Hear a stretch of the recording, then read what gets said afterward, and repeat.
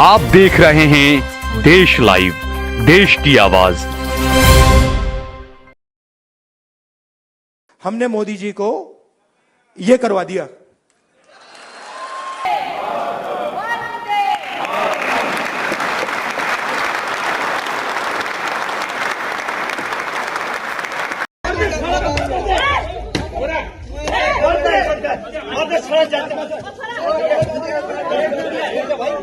हमारा श्रावण तेवर चल रहा तेरी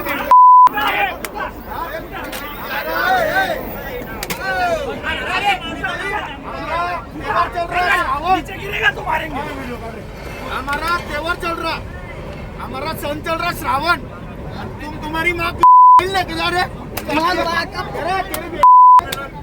हमारे रामगिरी महाराज के खिलाफ अगर कुछ भी मस्ती तुम लोगों ने किसने भी की तो तुम्हारे मस्जिदों के अंदर आके चुन चुन के मारेंगे, इतना ध्यान में रखो।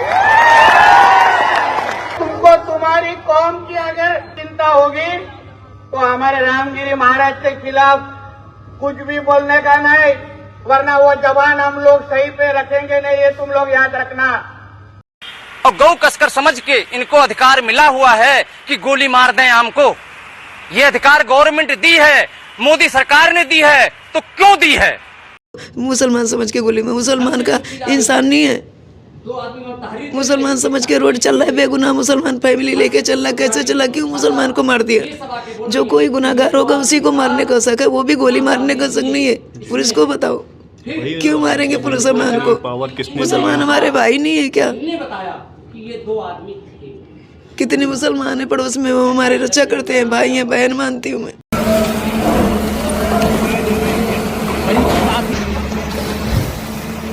जब इनको लगा कि अब हमारी जो जमीनी हकीकत जो है वो बिल्कुल अवाम हमारे खिलाफ है, अवाम हमारे सामने है, तो इनको मरता क्या नहीं करता। तो इनको ये लगा कि अब जो है वो ध्रुवीकरण की राजनीति को और तेजी के साथ बढ़ाया जाए, हिंदू मुस्लिम के दंगे करवाए जाए, ऐसा लोगों को मजबूर कर दो कि लोग लड़ने के लिए तैयार हो जाएं। जिस तरीके से नारायण राणे का जो लड़का है वो 1.5 फुट की उसकी हाइट है, सही तरीके से उस बटुक को बोलना भी नहीं आता है, गैंगे फेफे करता है और बड़ी बड़ी बातें और अपने आप को गब्बर कहता है। उसको ये पता नहीं है इस देश में संविधान का राज है, इस देश का हिंदू भी समझदार है और मुसलमान भी समझदार है। तुम्हारे बहकाव में आकर के कोई दंगा और कोई फसाद करने वाले नहीं है। लोग तुमको समझ चुके थे, इसी वजह से तुमको लोगों ने 240 तक ला करके रोक दिया।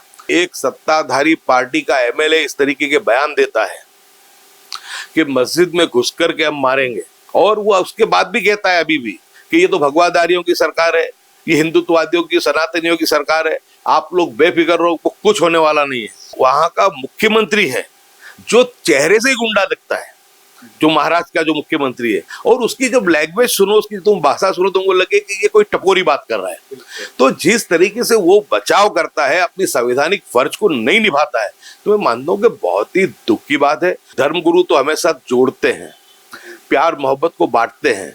ऐसा काम तो कोई ऐसा ही आदमी कर सकता है कि जो देश को आग में उलझाना चाहता हो, लोग को दंगे फैलाना चाहता हो। उस आदमी ने आप सल्लल्लाहु अलैहि वसल्लम की तौहीन की, उनके लिए बहुत ही यानी जो कहे उसने बातें की, उसके खिलाफ पूरे हिंदुस्तान में लोगों का गुस्सा भड़क उठा। महाराष्ट्र से भी लोगों ने जाकर के कंप्लेन लिखाई।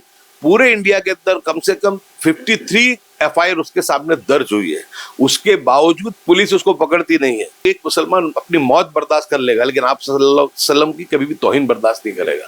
लेकिन उसके बावजूद हालात को संविधान में मानने की वजह से, समझते हुए, कानून पर भरोसा करते हुए, हम लोगों ने कहीं पर भी कानून को हाथ में नहीं लिया, और हम लोग लेने वाले भी नहीं। 2 लड़कों को सिर्फ कि आप लोग गौ मांस खा रहे हैं ये कहकर के, तो पश्चिम बंगाल के लोग जो मजदूरी करना है, तो उनकी झुग्गी में रहने वाले लोग, कच्चे मकान में रहने वाले लोग, उनको पीट दिया, उनको मार दिया। जब उन्होंने देखा कि इतना मारने के बाद भी दंगा नहीं हो रहा है, तो उसके बाद उन्होंने सोचा कि अब एक और घटना बनानी चाहिए। मुफ्ती सलमान अजहरी साहब ने तो इतनी कोई विवादित बात भी नहीं की थी, न किसी समाज को टारगेट किया था, लेकिन आज भी वो 8 महीनों से जेल की सलाखों के पीछे है। जिस तरीके से मध्य प्रदेश का मुख्यमंत्री कहता है कि हिंदुस्तान में रहना है तो जय श्री राम और जय श्री कृष्ण कहना पड़ेगा। यानी ऐसी बातें विधानसभा के पटल पर ये लोग खुले आम करने लगे। तो मैं ये कहना चाहता हूं कि क्या सुप्रीम कोर्ट या हाई कोर्ट नींद में है? मैं खुद मानता हूं कि हिंसा का स्थान जो है उस देश में नहीं है। संविधान को मजाक ही बनाया जा रहा है। प्रधानमंत्री संविधान को नमन करते हैं जब पार्लियामेंट में जाते हैं।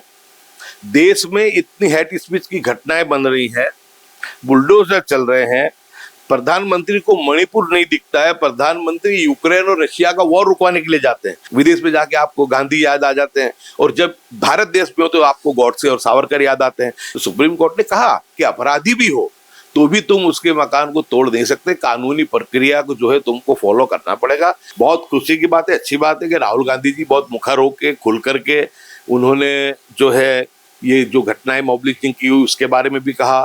छतरपुर की घटना हुई उसके अंदर प्रियंका गांधी जी ने भी बहुत खुल करके कहा। लेकिन मैं ये मानता हूं कि अब सिर्फ खुल करके बात करने से ही मामला चलने वाला नहीं है। राहुल गांधी जी हैं, प्रियंका जी हैं, खड़गे जी हैं, ममता बनर्जी हैं, हेमंत सोरेन जी हैं, अखिलेश यादव है, तेजस्वी यादव, उद्धव ठाकरे, शरद पवार जी, आप स्टालिन को ले लीजिए। यानी एक बहुत बड़ी फौज है। उनके साथ साथ बहुत अच्छे लोग जो बात उठाते हैं, वो मनोज झा बहुत अच्छे तरीके से बात को उठाते हैं, संजय सिंह आप पार्टी से बहुत अच्छी बात उठाते हैं। और हमेशा जब भी मुस्लिम समाज की बात आती है तो असदुद्दीन ओवैसी सबसे मुखर होकर के अपनी बात को रखते हैं, और हमेशा उन्होंने हर मुद्दे को उजागर करने का काम किया है।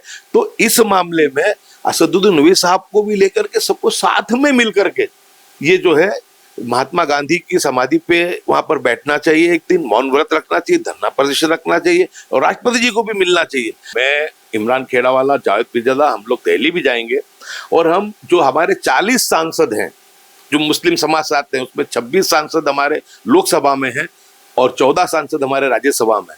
तो उनसे कहेंगे खुदारा कम से कम पार्टी लाइन को दरकिनार करके, बाजू पे करके, अब ये जो मामला चल रहा है इसमें इकट्ठा होकर के आवाज को बुलंद करो। पूरा इंडिया गठबंधन क्यों 2 घंटे महात्मा गांधी की समाधि पर नहीं बैठ सकता? क्यों हम लोग राष्ट्रपति के पास नहीं जा सकते? 40 सांसद और तमाम समाज का, तमाम पॉलिटिकल पार्टी का हाईकमान राष्ट्रपति जी को जाके क्यों नहीं आवेदन दे सकता है? मैं तो मुस्लिम पर्सनल लॉ बोर्ड जिस तरीके से काम कर रहा है उनसे भी निवेदन करूंगा, मौलाना सज्जाद नोमानी साहब से भी निवेदन करूंगा, अदीब साहब जो बहुत अच्छे तरीके से काम करते हैं, कि उनको हिंदुस्तान के तमाम जो अभी एमएलए हैं उनको भी बुलाना चाहिए, एक्स एमएलए को भी बुलाना चाहिए, एक्स एमपी को भी बुलाना चाहिए, और मेंबर ऑफ पार्लियामेंट को भी बुलाना चाहिए, कि जहां कहीं भी ऐसी घटना बने तो सब सामूहिक तरीके से अपनी आवाज को बुलंद करें।